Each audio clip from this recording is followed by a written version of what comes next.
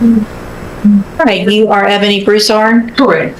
And this is cause numbers 19-32518, 19-32806, and 21-36615. Ms. Broussard is on probation in the 32518 and 32806, was put on probation January 21st of 2020. 10-year deferred probations.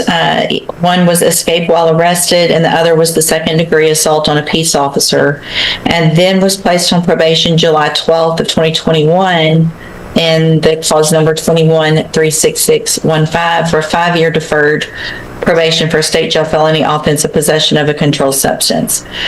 She was here previously, entered pleas of true to counts 1 through 5 in that motion to revoke in each of the cases. There was no agreement. I received the pre-sentence report update. Have y'all both had an opportunity to review that update? I have, Judge. Are there any additions or corrections or anything on that? Judge, I have just a quick comment. I'd also like to ask Ms. Richard or Ms. Fenton if they have anything for the court. They've been very involved in this case. Anything that's not in the report that you think is important? No, Your Honor, everything that we have in there is very direct in support. All right, thank you. And my only position, Judge, would be that she's obviously been extended almost every opportunity that probation has, every class, every structure, every program, and it would not be the position of the state like it typically is to argue for safety. In fact, I would argue strongly against it. All right, Mr. Kimler? I suppose, Your Honor, in response to that, she has demonstrated an ability to complete the programs, which is reflected in the pre-sentence report that she has been ordered to attend.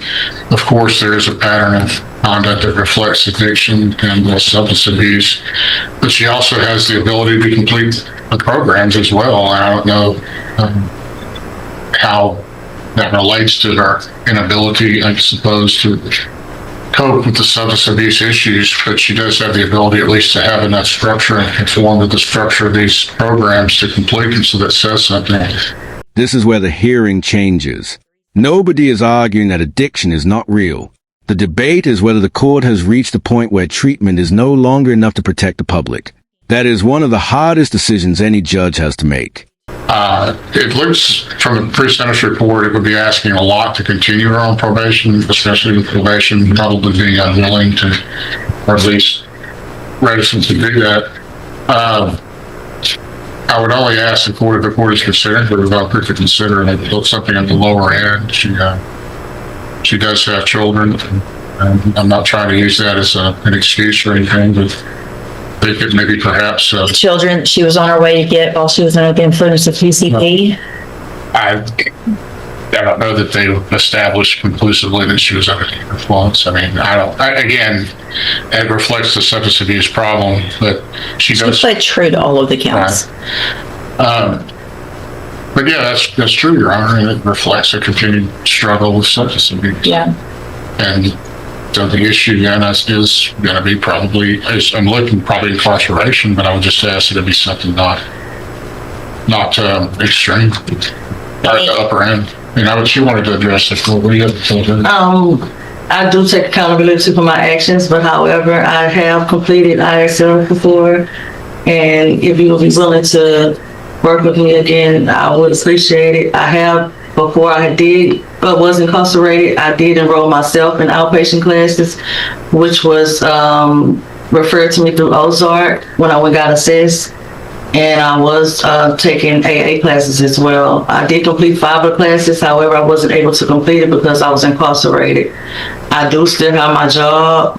You can hear genuine regret in her voice, and that makes this difficult to watch. But in court, regret alone is rarely enough. Judges usually look for consistent actions over time, not just promises made on sentencing day. And I did complete my 5-year probation for the first conviction.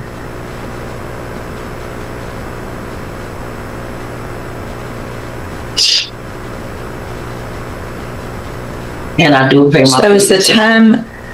It was told. I mean, because of the motion. So yeah, I mean, you did the 5 years, but yes, it's not over. Yes, ma'am.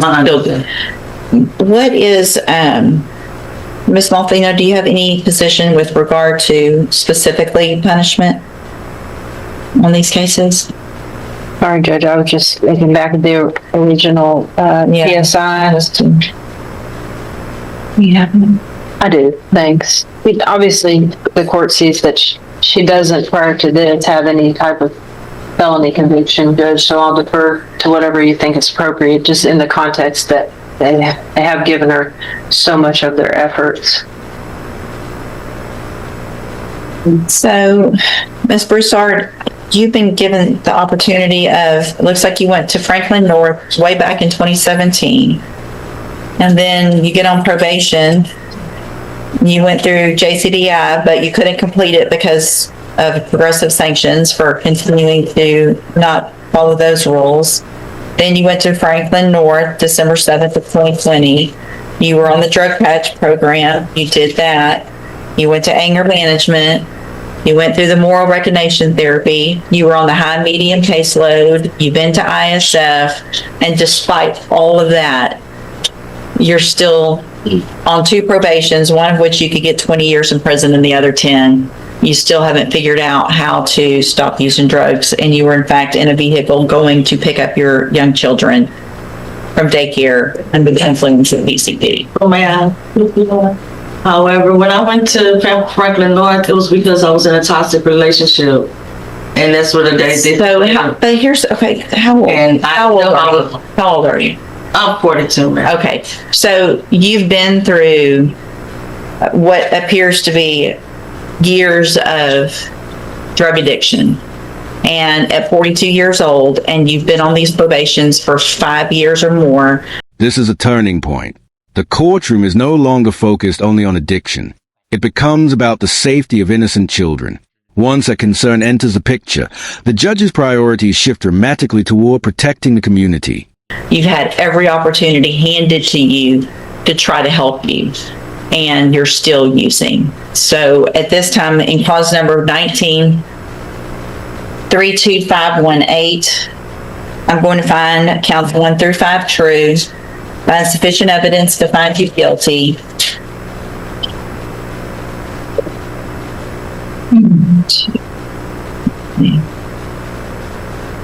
And at this time, find you guilty of escape while arrested, sentence you to a term of 6 years in the institutional division of the Texas Department of Corrections. Boom. Roasted. You will receive credit on that sentence for any time that you've been in custody that the law gives you the right to receive.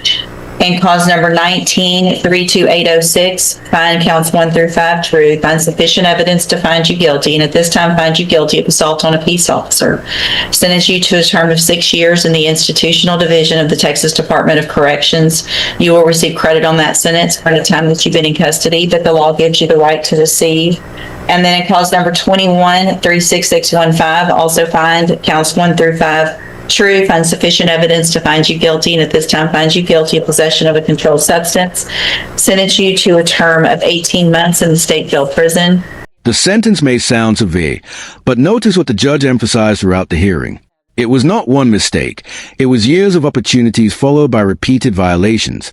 That history carried enormous weight in the final decision. You will receive credit on that sentence for any time that you've been in custody that the law gives you the right to receive. All of these sentences will run concurrently, which means together at the same time. I'm going to hand you the trial court certification that shows there was no agreement. You do have some rights to appeal. You need to sign that with your attorney, and then I'll give you that copy. Also, I'm handing you a written admonishment regarding your ineligibility to possess a firearm or ammunition. Because of the judgments entered against you, you're ineligible under Texas law to possess a firearm or ammunition. Possession of a firearm or ammunition could lead to charges against you. If you have any questions about the laws that make you ineligible to possess a firearm or ammunition, or about how long that lasts, you can talk with Mr. Kimler. Right here. And what is the statement? I'll wait on that. It's saying that you do have a right to appeal, and Mr. Kimler will talk to you about that. Even after sentencing, the court carefully explains every legal right that remains. That is an important reminder that criminal proceedings are not only about punishment, they are also about making sure the legal process is followed correctly. You hand her that one, and just the bottom copy off of that one, Mr. Kimler. When can I find the straight time?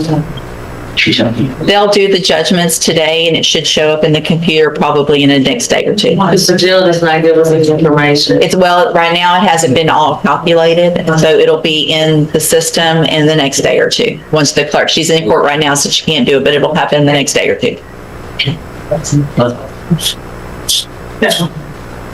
Mr. Burbank, you've got Leroy. The ending feels almost ordinary, but the consequences are anything but. A courtroom can go silent in seconds, yet the decisions made there can change the course of multiple lives, including the children caught in the middle.